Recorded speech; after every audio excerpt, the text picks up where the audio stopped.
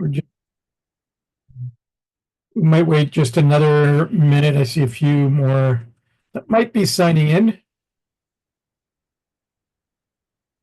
Hope everybody is doing well. That's nice. I think it's probably, I don't know, the first really real spring day. I think we've had a few, but today it's really nice. So.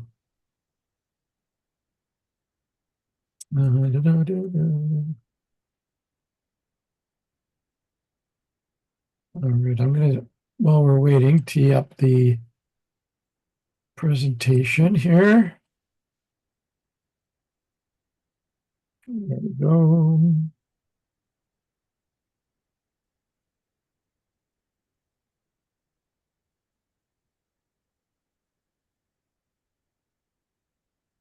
All right. Can you hear me? Everybody hear me okay? If I can get my... Yes. Yep. Good. All right. Excellent. All right. So welcome to our April meeting. And as I said, hopefully everybody's enjoying the spring so far. We've got a few things to discuss today, as well as answer any questions that anybody might have as we go through. A little bit of a continuation a bit from our last meeting, as you can see from the agenda. We'll do the typical reminders again to make sure everybody's on board with the general process of tracking expiry dates and all that good stuff. Then something new from our last meeting, we'll talk about briefly, this CCOHS Business Safety Portal. As a result of what's been going on in the world, especially with tariffs and all that, there's also a little bit of a reprieve on the small business. So we'll talk about that as well. And then part two from our last meeting is looking at the detailed requirements of the second new topic, which is psychological health and safety 2. Reducing your risk. I'm going to go over an evidence story template specific for the use of control hazard topics, and we'll talk about how that came about, and also the updated, probably kind of newer version of the option for the check evaluate for again specific to control of hazard topics as well. All right. And then usual look at next meeting agendas, Q&A, any ideas, and the typical stuff to wrap it up. All right. As always, if you have any questions, please unmute and ask. So we'll get right into it. All right. So nothing different here with regards to making sure you track your expiry dates, not waiting to the last minute to submit your topics. You should be kind of working towards topic completion. And like I always say, the last topic, if you're going to submit, if you have one left, for at least 4 weeks prior to your expiry date. So that gives us the time to do the reviews, preparing your upload packages. I still get people emailing me saying, I have 7 things, but I only have 5 uploads, right? That's because you're not packaging them, right? So really, in most cases, most people are just using 3 of the 5. And so 5 should be plenty. And you may not, depending on the results of your check, you may not even need an ACT package, right? Because everything is going well, right? Important to click that box that says ready for provider review when you're finished your topic uploads.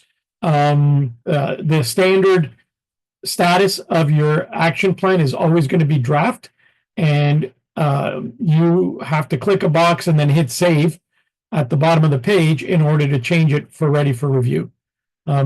That save button is critical when you're even doing the uploads. So every time you upload anything, you should always go to the bottom of the page and hit save to make sure it actually takes. If you do all the uploads and then you close or you move to your dashboard and you didn't hit save, then everything you just did is null and void, right? So when I go and you tell me, oh, everything's ready, when I go and look, it shows me that there's 0 uploads. So it's critical you hit that save button. All right. Again, make sure you send me or upload the Word format. If you upload a PDF format of the evidence story, then you have to email me the Word version. If you uploaded it the Word version, then I can just use that to make my notes. But I need the Word version. It just makes it very much easier. I can actually put in my comments, even do edits for you right on that document, right? Some people are starting to add the PDF numbers, especially for the due, because it tends to be, a large upload. It could be, 15, 20 pages worth. So each of the items within that package should be numbered on the evidence story so that I know where to find everything that you're uploading. All right. Remember, you can't upload third-party links. Don't use embedded links or embedded hyperlinks in your submission that go outside because it's all third-party stuff, and pretty well most of that is all secure now. So the validator won't be able to access anything. On the templates that I send you for every topic, make sure you address all the questions. I've been updating them as we go, as we look at what more do they want. I'll update some of the templates, and so they're constantly updating. So you will get those evidence story templates when you select a topic. You used to put them up on the HSEP site for ACSESS, but every time I do an update, I have to remember to send it to Jennifer and Jennifer to review the old one, and because it's an ongoing process, it's much easier when you select the topic and I send you the packages with all the samples and everything. You will be getting the latest version, and it won't be something that you're have to grab from the website, the ACSESS website. You'll get the latest from me, right? So that's where the packages that I send you with sample checklists, with the evidence story, with the check option to use the check evaluation, topic evaluation, all that gets sent to you when you do the topic selection. All right. Also, the final version of the evidence story should be clean. Shouldn't have my notes, your notes, my red, or anything on it. Doesn't look good if we still have notes in it. So please make sure that when you do the final submission, it's the clean version, and you have everything outlined. Also, throughout the evidence story, any activity that you write, you should date it. So if you did the training, this was the date. Now, pretty well, most of the templates are asking you for that. But when it talks about implementation and all the different things you did to implement a topic, when you list them, it's helpful to show the date that each one of those was done. All right. And then that also helps you to make sure you've got some corresponding evidence for each of the area items. You don't necessarily need to have a piece of evidence for every step in the implementation, but generally, pretty much where you can collect some evidence, it's going to be very, very helpful. All right. And then my usual notes on the act, I'll leave it blank, even if you don't have anything, put something in there. Okay. And then when you do the submission, like I said, let me know that it's there by sending me an email. Any questions on the general process?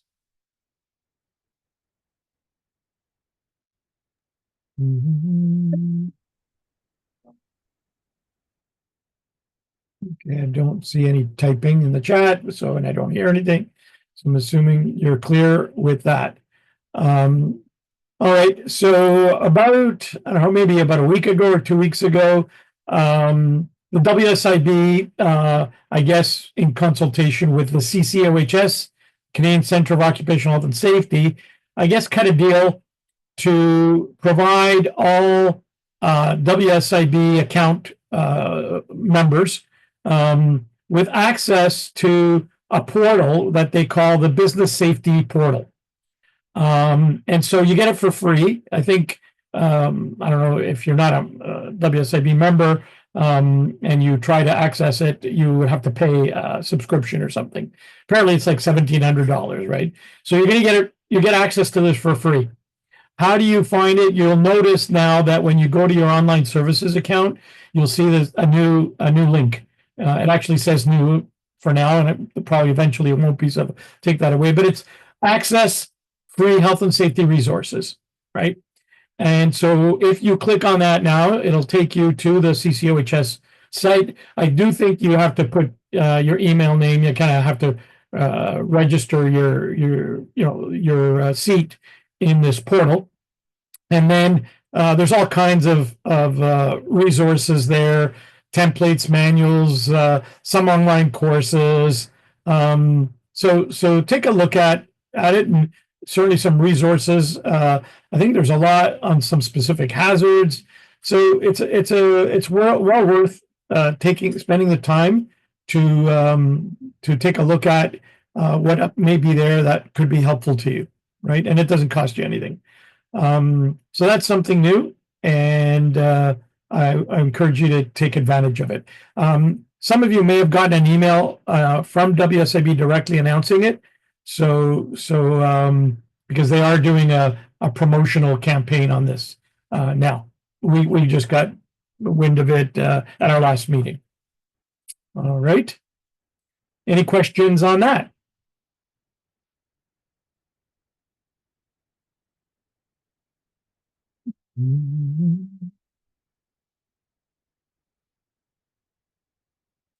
Okay.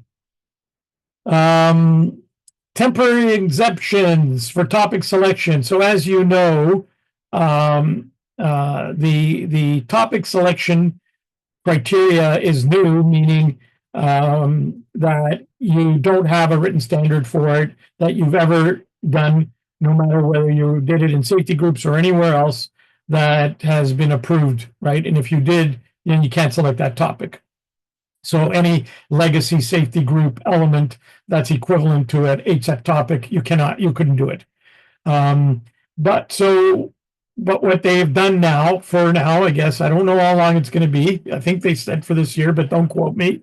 To try to give a little bit of a, I guess, an easier run for small businesses only, and that will be up to 99 paid employees, or you're classified as micro, small, or medium in the digital tool. All right. So especially for us here, temp agencies, don't go by the 99. We go by what are you classified in your profile, okay, in the digital tool for the Excellence Program. And if you look at your profile, it'll give you kind of the stats on you, and it'll tell you if you're micro. It says I think it's under size. It says micro, small, or medium. So if you're micro, small, or medium, this exemption will qualify. And what is the exemption? Basically, they're saying, okay, you can select any topic you haven't done in the program or have done in Core 2020 or ISO. Okay, so even if you've done it anywhere else, doesn't matter inside or outside safety groups or whatever, if you have not completed, if it's not a topic that has been marked complete in the Excellent Program, they're allowing you to select it. All right. Good question. Because I asked the same question at the meeting, right? And what's the answer? The answer is basically they related it to the tariffs, right? And the fact that a lot of small businesses are getting impacted in a much more significant way than larger businesses. And the target group for the excellence program is small business. So with those two things in mind, that was the answer I got. Right. So what can I tell you? Right. Because that is the target group mainly for the excellence program is small, medium-sized businesses. Right.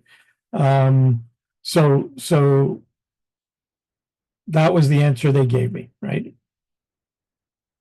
And they're going to take a look at it. They said they'll review it for effectiveness. It's a temporary exemption. Okay. I don't know how long they'll leave it for, but if they change it, then I'll let you know. But for now, keep that in mind when it comes to topic selection. Okay, a little bit of a reprieve. Any other questions on the temporary exemption? Now, you still have to do a full PDCA evidence story. You still have to implement all the topic requirements. So basically, if you already have it, you're refreshing the standard or policy, and you're doing everything from the beginning. It's different than before, because before, if you did a topic anywhere else, whether it was safety groups or you already have the topic before you join the excellence program, you could not select it, period. So it's a huge difference, because they're saying we're going to let you kind of quote unquote reselect it because you haven't done it in the excellence program. You could have done it anywhere else and implemented it, as long as it wasn't within a topic you already selected in the excellence program and got it marked complete. You can select it. They're letting you basically redo it. All right. So that's a huge variance from the regular definition, which would be you could not anywhere. It doesn't matter where you did it, what level of implementation it is, how old it is. If you have worked on that topic and wrote a standard for it, you couldn't select it. So it is a pretty significant difference or exemption for micro, small, or medium businesses. Okay. Any other questions?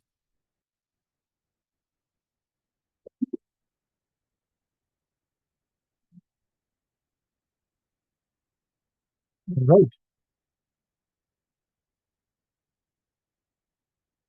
So last meeting, we went through the requirements for one of the new topics, which is psychological health and safety 1, assessing your risk. And we went through the topic requirements and the milestones and all the resources available to do that topic. And so today we're going to do the segue, the part 2 of that as a separate topic, because once you've done that and you've done the assessment, then you're now looking at a topic that involves reducing your risk, which is really the approach to controls. It would be equivalent to the control of hazards basics topic, okay? But not only do you have to write the control program, the general approach to your controls, but you also have to actually take one of your top risks or hazards from your assessment that you did in topic 1 for psychological health and safety and implement that control program. Okay, so that is what this one is all about. So definitely makes sense to do this one after you've done the first one, right? And so that's kind of the introduction to this. Basically, kind of reiterates all of that, and then talks a little bit about focusing now on the controls, and in essence, applying the hierarchy of controls for eliminating and controlling the hazard. Except, really, we're focusing on obviously psychological hazards, right? That came out as a result of your assessment. Okay. And so the topic requirements all evolve around the control program and its implementation. So you have to write a standard, and it can be part of your original standard that you wrote. You don't have to have two separate documents. As long as all the topic requirements are included, you can include the reducing your risk component in the standard that you wrote when you did psychological health and safety 1, assessing your risk, right? As long as we include all the requirements, right? So again, the commitment to monitoring hazards, implementing. So that's a statement of expression or ongoing. Could be you already developed some sort of a policy statement that you could tag this onto. Assign roles and responsibilities, any specific training, a plan for educating, consulting, involving employees, right? How that's going to be a key part of it when it comes to working on controls, implementing the controls. So that will be written in that standard, and the process for identifying and selecting the controls, right? How do you prioritize, right? So that'll be there. And how do you apply the hierarchy? That should be in the standard. And then how do you ensure employees understand implemented control measures? So you're going to train them. And so part of that, the control measure may have an aspect of training. How do you verify or ensure people understand that control? Okay. And then monitor effectiveness, which is the same that we do for any control hazard. How do you confirm effectiveness? How are you going to do that? You're going to do a survey tool, some sort of questionnaire, whatever method that will be written in the standard. And then a schedule for how often you review the effectiveness, right? And the results of your assessment that you did. Okay, because the idea here is that you're going to write the control program, and then you're going to implement the control program on one of your hazards. And then the idea after that is that you continue to do that. But you cannot select the topic for each one. They allow one time to use this topic for the control program, and one of the implementation of one of the controls for a specific hazard. When you do it for another one and another one and another one, you can't reselect the topic and for each one of them. All right. Any questions on that? While I switch over to the guide.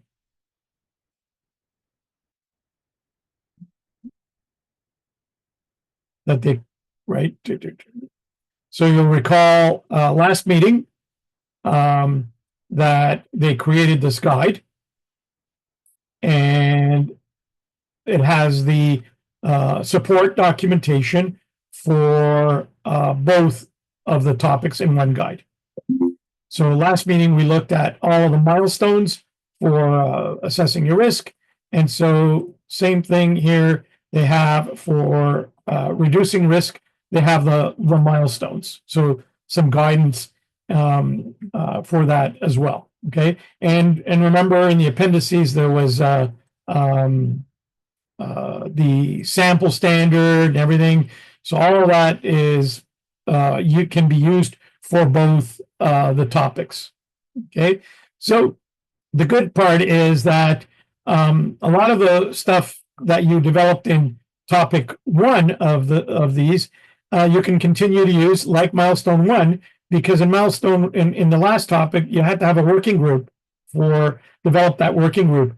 And it makes sense that you would use that same working group for the control of hazard program for psychological health and safety hazards. So assemble the working group, develop the roles, and provide training.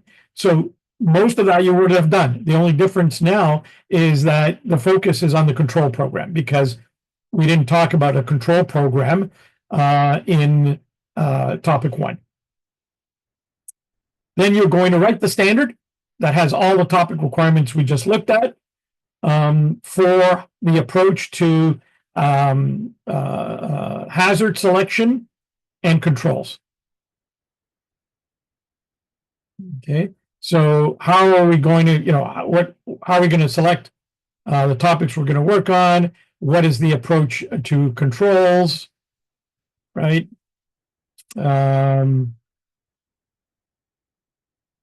you already did the assessment. So, and then how are you going to apply the hierarchy? And they have an appendix that will help you with hierarchy of controls as applied to psychological health and safety.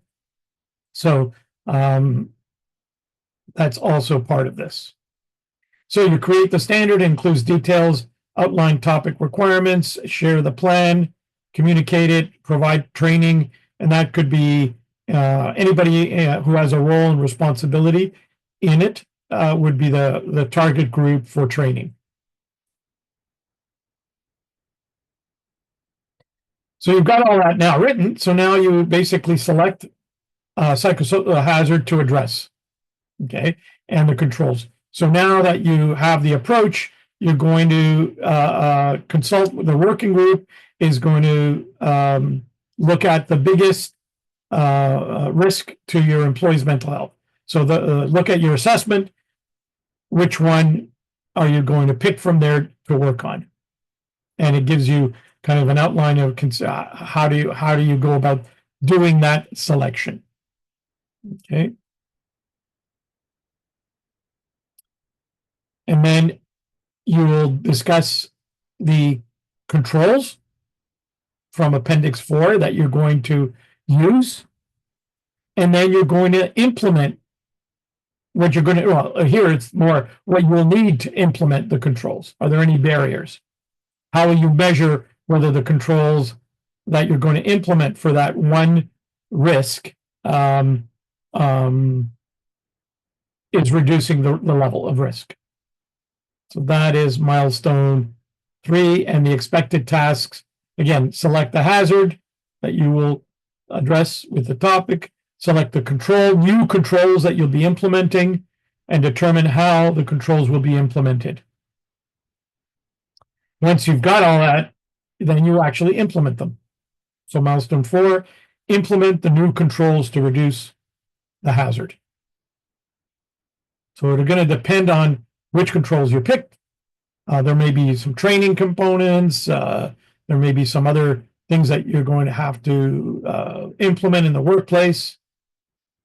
So whatever you do from an implementation point of view, you will document, you will communicate, you will train on the implemented controls, obviously, and that's going to be a lot of the stuff that you're going to be collecting for the do part as well for this topic.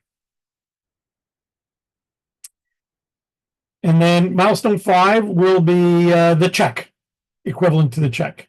So you've implemented, you wait those about 10 weeks or so, and determine if there's a change, right? Repeat the same analysis tool, has the risk lowered. So run that tool again and see if the risk for this particular hazard is lowered. That's just some options, right? Talk to employees, review any trends, data, stats, right? But we need to know if there was change. We implemented a control, is it effective? And based on that, you're going to have information on the impact and whether or not you need to fix anything. And that'll give you milestone 6, which is really act. So if there are still opportunities for improvement in the controls for the hazard that you worked on, then you'll do that. So acknowledgement of success, and which is always good to do. And then if there are need improvements, you'll create an action plan.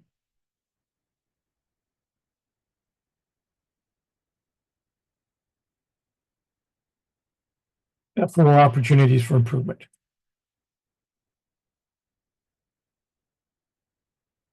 That is topic 2, psychological health and safety. And the idea, obviously, is that once you've done it for one, you've got a pretty good idea of the process, then you should be tackling all your hazards. All right. And so the appendices we went through last time, I think there's one specific one that is this one that is for here controls. So appendix 4 is going to help you with the whole idea or concept of hierarchy of controls as they're applied to psychological health and safety. So these are all some really good resources for that. Prevention. So that's what your working group would kind of be reviewing for determining the controls you're going to apply. And then let's see. This is the case study for here.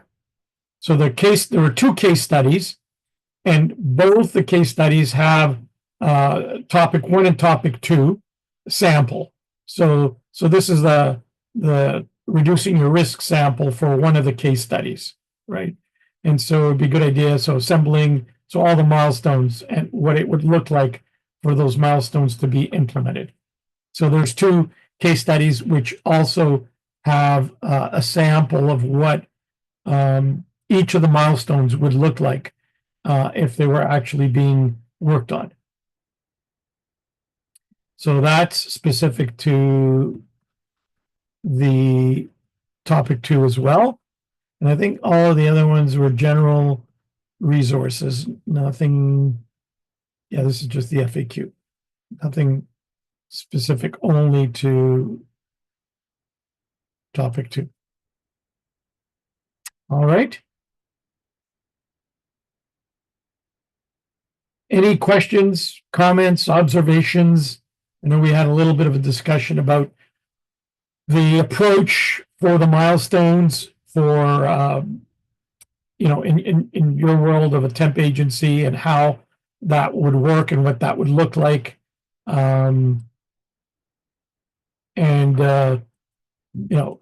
Certainly in theory, I think doable.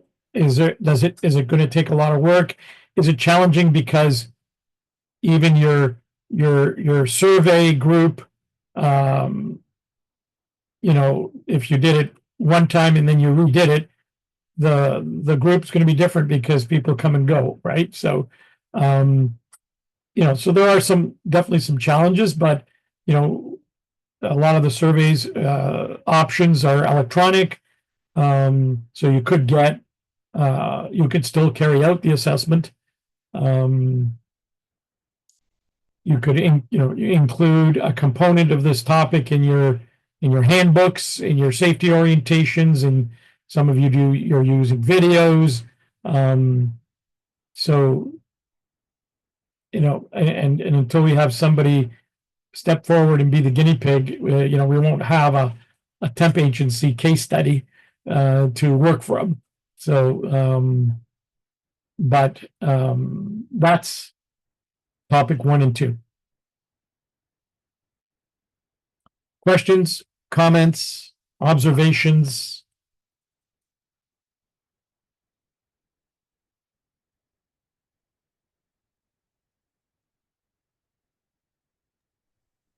Nothing?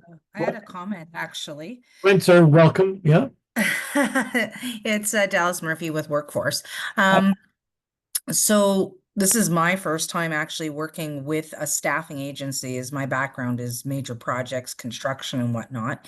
But actually, the staffing agency side of it, it's interesting because they do have regular clients. Like we have regular clients, and we also have what we call the frequent flyers. So we have staff that have been with us for years, apparently, and Mhm. clients and like regular clients that they attend all the time, right? So they're actually embedded, Yes. pretty much. Yeah. So I'm excited to, and I'm reworking right now our orientation. And this is part of it as well. Just I'm making it more in conjunction following with the workplace violence, harassment, and bullying, and then following it up on the psychological health and safety side of it as well, right? Because this is obviously industry has become more about this over the last year or so as well. So yeah, that's how I find with on the staffing or agencies, temp agencies, whatnot, is the easiest way is to go with your frequent flyers. And if you've got like that, those clients, that's the Yeah. easiest way. Yeah, and it's easier to work with those because they'll know those clients will know you, right? And Exactly. And so, and same with the work as the force as workers well. too, right? Because, I treat it the same as I do on any construction Yeah. sites and whatnot I've been on as the constructor or client is I'm out there as well. Yeah. It's certainly helpful the larger the group you have that fits that kind of category because it's easier to work with. And it's not just this topic, but any of the topics really Yeah, that involve your clients as well as your workers. The more relationship you have with them, the easier it is to implement these, right? absolutely. Yep. So I think that's something that would be taken into consideration. You're saying, okay, how hard is it going to be to do? Well, how many, what percentage of your frequent flyers do you have, right? And the more of that is, the easier hopefully it could be because of the relationship between you and the clients and you and the placement workers, right? So Absolutely. Yep. makes sense to me. Anybody else?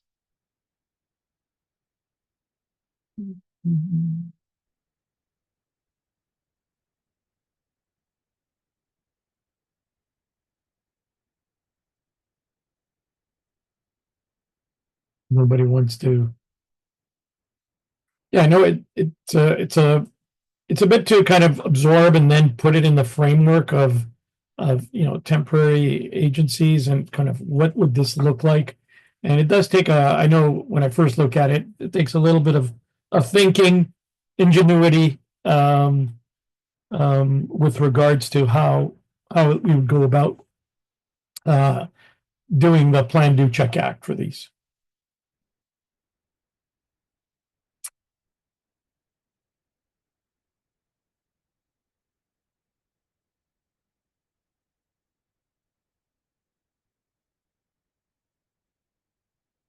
All right, back to where we were. All right.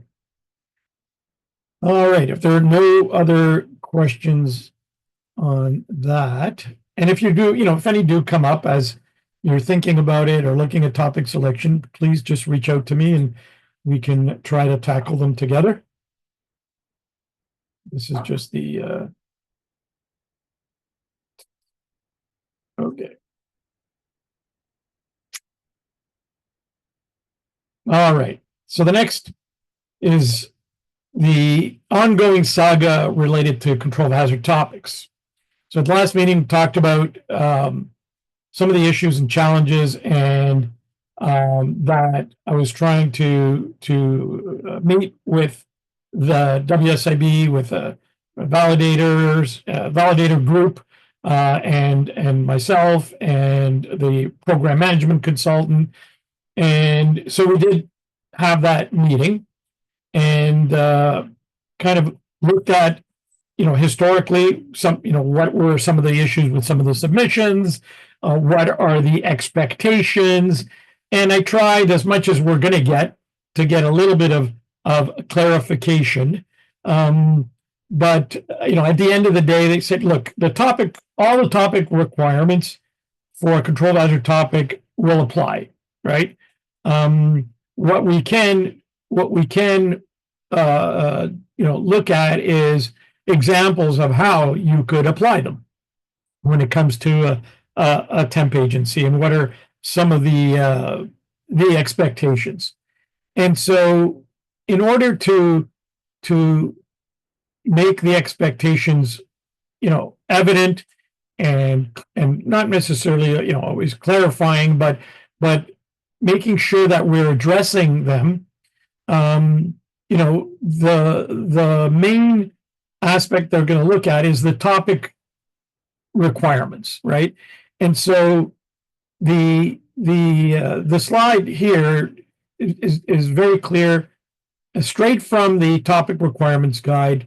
There's obviously 3 approaches or categories that the selection of a controlled hazard topic will come from. The first 1 and 2, there are lists in the topic requirements guide of examples of control programs or examples of addressing a specific hazard. So we always kind of default back to those lists. And then the third one is a process, task, piece of equipment. And there's no list for that because it could be any process, task, piece of equipment, right? And so, we try to clearly determine, which approach did we do the selection from, right? And then regardless of which approach, those 7 bullets are critical because they're going to look for evidence submission for each of those 7 bullets. And so since that is the key, and pretty well any AAR that we've gotten on a controlled hazard topic have been related to one of those 7 bullets.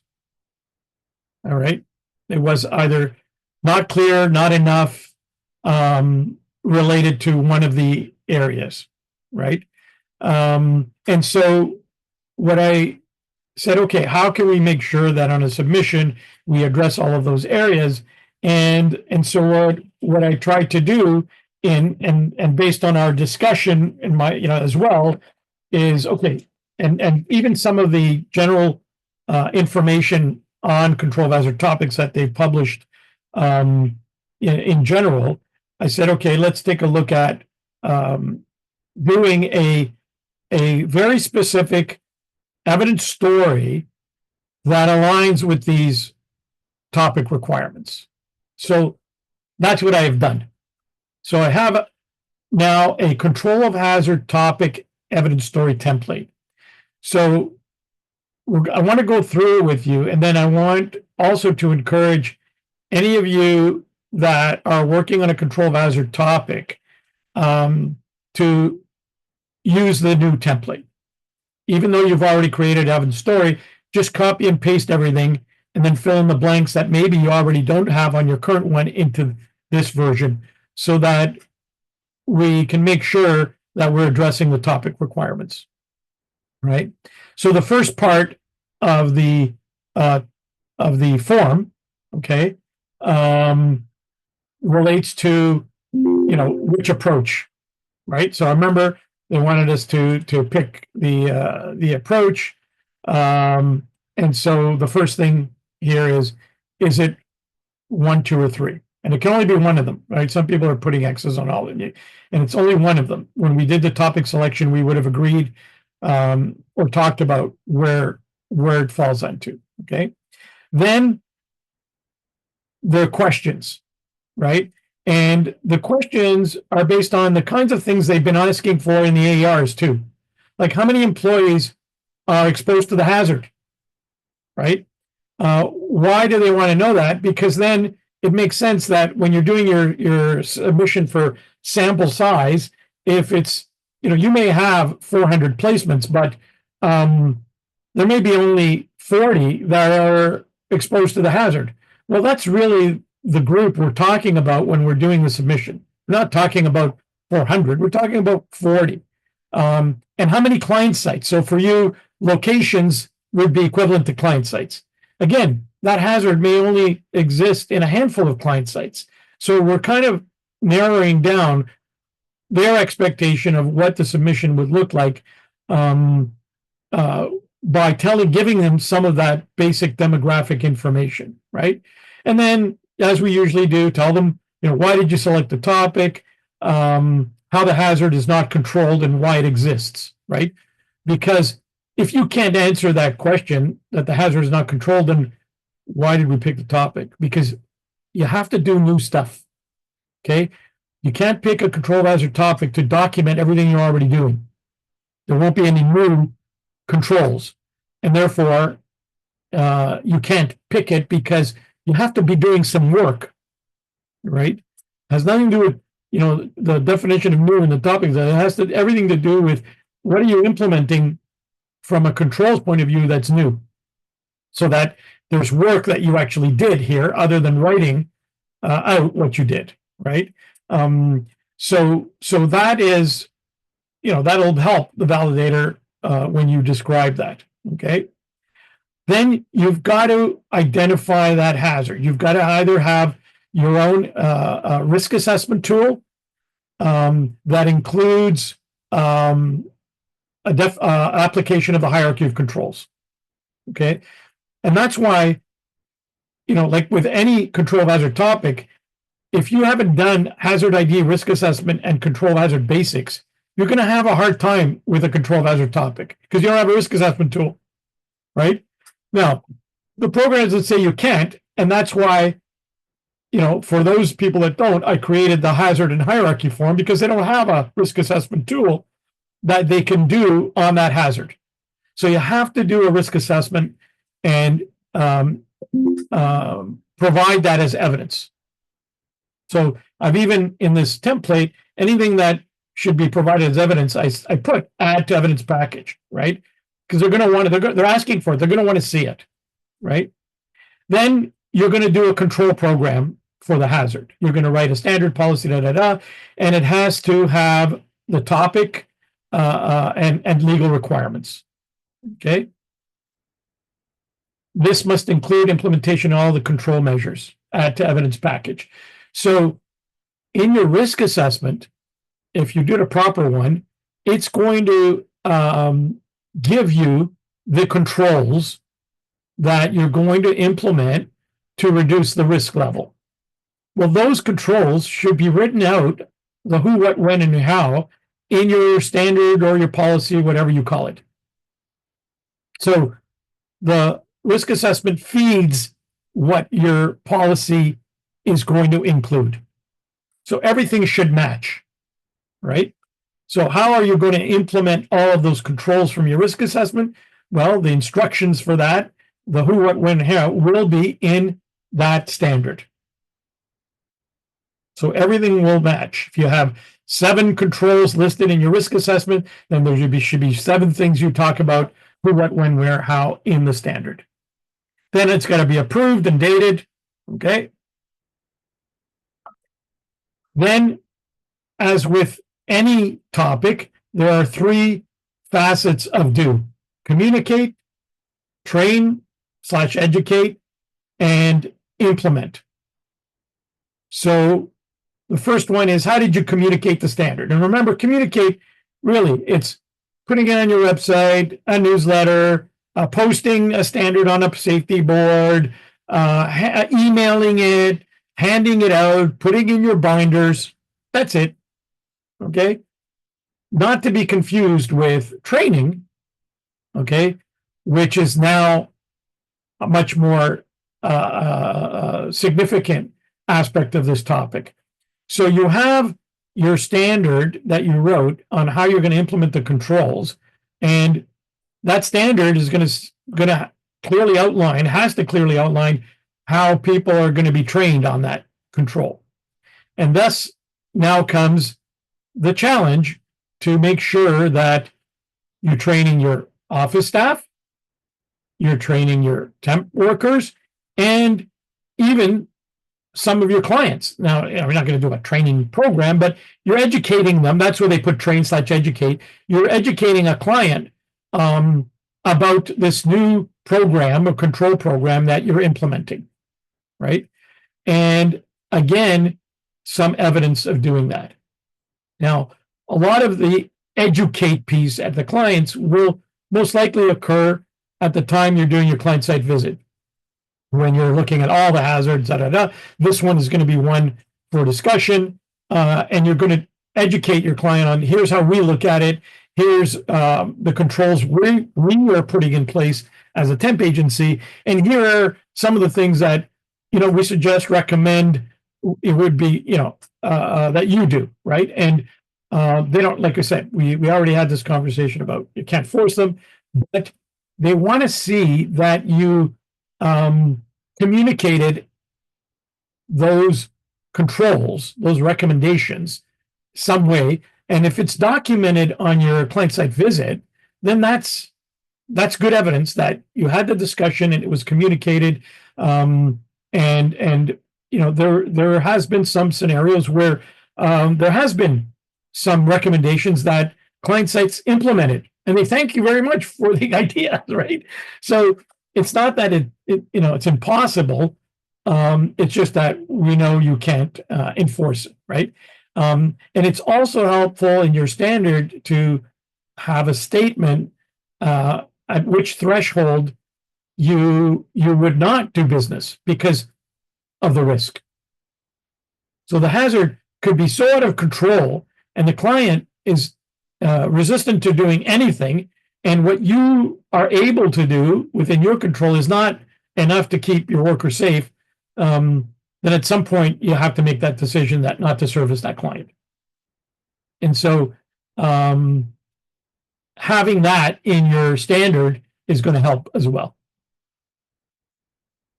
But there has to be training. Training cannot be sending out a document.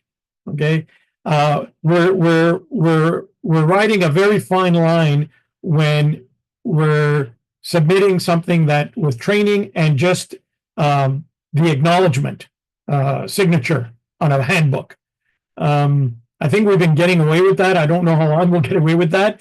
That is something I'm still pursuing for clarification because it just is the way that a lot of training takes place today.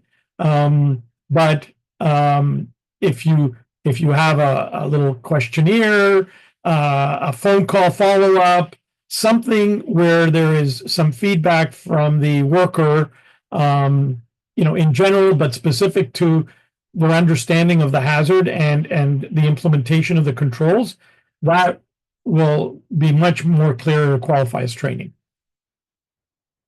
All right. And then your typical who was trained.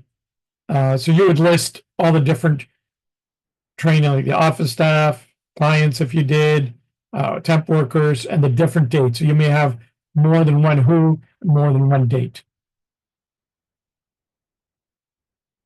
Okay. And then how you insured. So this is the Q&A. Like if you do a classroom or a virtual and there's a Q&A, that's fine. Okay, that's acknowledgement. A quiz, that kind of thing, that helps a lot to verify understanding of the hazard and the expectations of the controls. That's what they're looking for. How do you know they understood the controls and the expectations of how they're supposed to work safely? And then question 5 is the laundry, what I call the laundry list. Okay. The laundry list of all the things you did to implement each control. And again, that should already be written in your standard. So all you're going to do here is show the validator how you implemented everything in your standard. And it's a bullet list. This is what we did. This is what we did. This is what we did. This is what we did. Put the dates, okay, beside each item. Some evidence for each number, each of the evidence pieces in the PDF file. And you've got the implementation piece. Okay. And then your standard has to include, for question 6, how you're going to monitor the controls. So there has to be something that says, here's how we're going to monitor them on an ongoing basis. We do annual client site visits where we talk about it. We do phone calls. We do whatever. There has to be a way for ongoing monitoring of the effectiveness of the control. You can't just implement it once and that's it. Never revisit it at any client site or any of the branches again. So there has to be a method you have to monitor the effectiveness of the controls. And hopefully during the cycle of implementation, you have done that, you've carried out that method at least once, so we can add evidence. And that's what the due expectation is. All right. And then the check, pretty standard, about 10 weeks after, how you go back and say, okay, we implemented this control program. How's it doing? Do people understand it? Are they following it? I have created the checklist, a checklist for that. I've updated it for control hazards specifically as well. So that's an option. You can do calls, surveys, whatever, but this is specific to the whole standard. Okay, that you just implemented now. And it could be the same tool you're going to use to do the ongoing monitoring. You can carry it out here as well. And then the results, all good or no good, gaps or no gaps, and then ACT is the same. If you don't have anything, then you're just going to state that there are no gaps, and this could be NA, right? All right. And this is the check evaluate template, the topic for a control hazard topic. This is a generic, right? And again, I've updated it to align with the topic requirements. So you're auditing not only your standard, but also the topic requirements. And then the expectation is that questions 9, 10, 11, 12, 13 are going to come right from your standard. So if your standard says, you know, we're doing this and this for this control, you should ask a question here. Was that control implemented? Yes or no, right?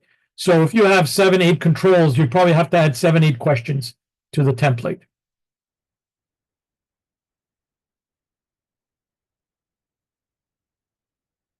All right.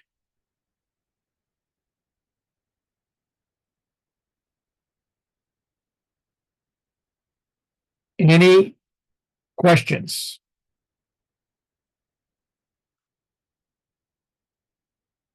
So any of you currently working on a control hazard topic, send me an email so I don't have to go through all of you and see which one's selected, because you'll know. And then I will then send you the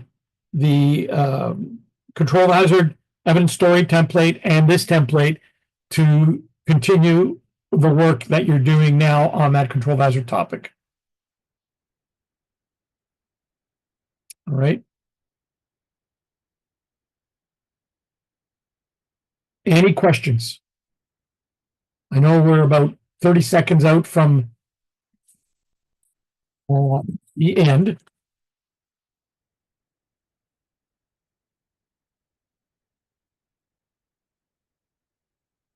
Can't believe there are no questions on that. Hopefully it's going to help, because I think that's where we're kind of missing the boat, is not focusing on the topic requirements.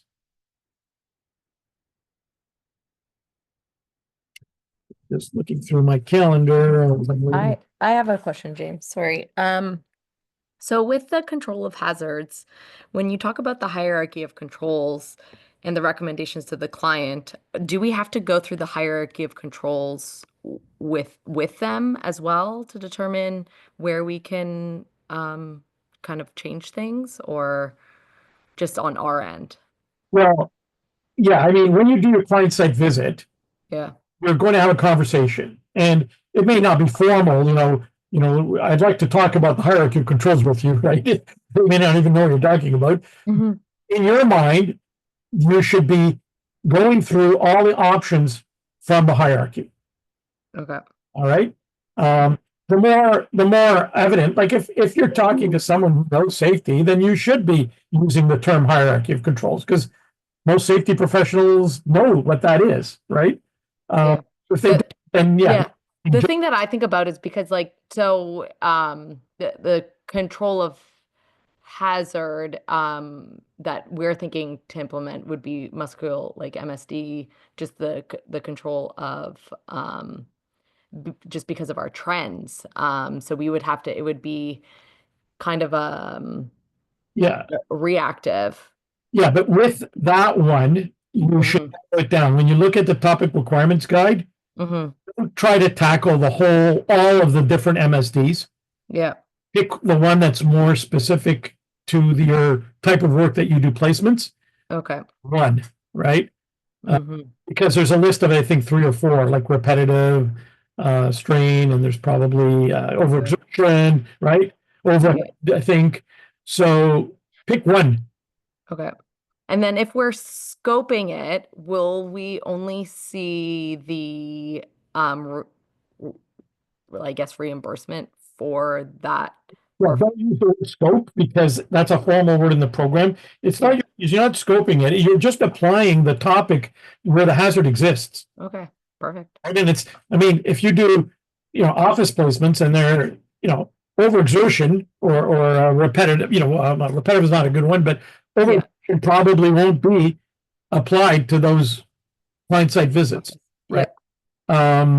So that's where you can only focus on the client sites where the hazard exists. Okay. And they said it could only be one. Yeah. And it still applies, okay, as long as you have a couple of workers there, right? And they also said that any information you get from that a client's willing to give you about anything they're doing in their control program can be used as evidence. It doesn't have to be stuff you implemented. If the client did it, and you can even, you may not be able to get a lot of data from them or whatever, but even if they tell you, you can add that to the evidence story. Now, we're in our client site visit, the client showed us our working at height, their working at heights program, It included this, and this. They may not give it to you to submit as evidence. You can put it in the evidence story. Okay, perfect. Right? So, anything that a client does on a control program is part of your submission. Right? Okay. Especially if they train your worker, if they're doing certain things and they're providing the PPE, they've got a guarding program for machinery. They've got a sharps container for sharps if you're doing that. Like, all of this stuff counts, whether you did it or not. It's irrelevant. It's a control. Okay. Do we have to show that it wasn't there prior to? Well, so when it comes to new versus existing, list them all. But what we need to do is, beside the new ones, put in brackets new. Okay. So in that do 5 question, if it's new, put new. If it's existing, put existing. Okay. That'll tell the validator, how much new work there, because all of them are controls, so they should be listed. It's just that not all of them are new. Okay. If your whole list says existing, we got a problem. Yeah. Okay. Makes sense. You do. Neither you didn't, and neither did the client. So we're not going to give you $8,000 for nothing, right? Yeah. So, yeah. I mean, and in my mind, we have like 5 clients that I have top of mind that we can work with, and so that would still be sufficient if I'm able to kind of go through them and like put ones that are kind of willing to work with us and ones that are putting things in, and others that are. I mean, you don't need samples from all of them, but if the rule is 20%, and it's going to be 20% of the clients that have the hazard, not 20% of your clients. Okay. Out of all the clients, the sampling of evidence has to be from 20% of the clients where the hazard exists. Okay. Okay. That's the rule. Yeah. It's in the program manual. Okay. Sounds good. Thank you. All right. So last thing we do And I know some people had gone already, which is perfectly fine.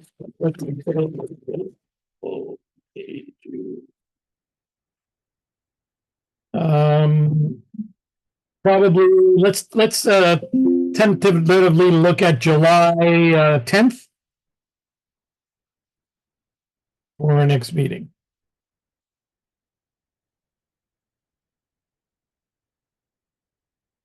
All right. And Jennifer, as usual, will send out an invite.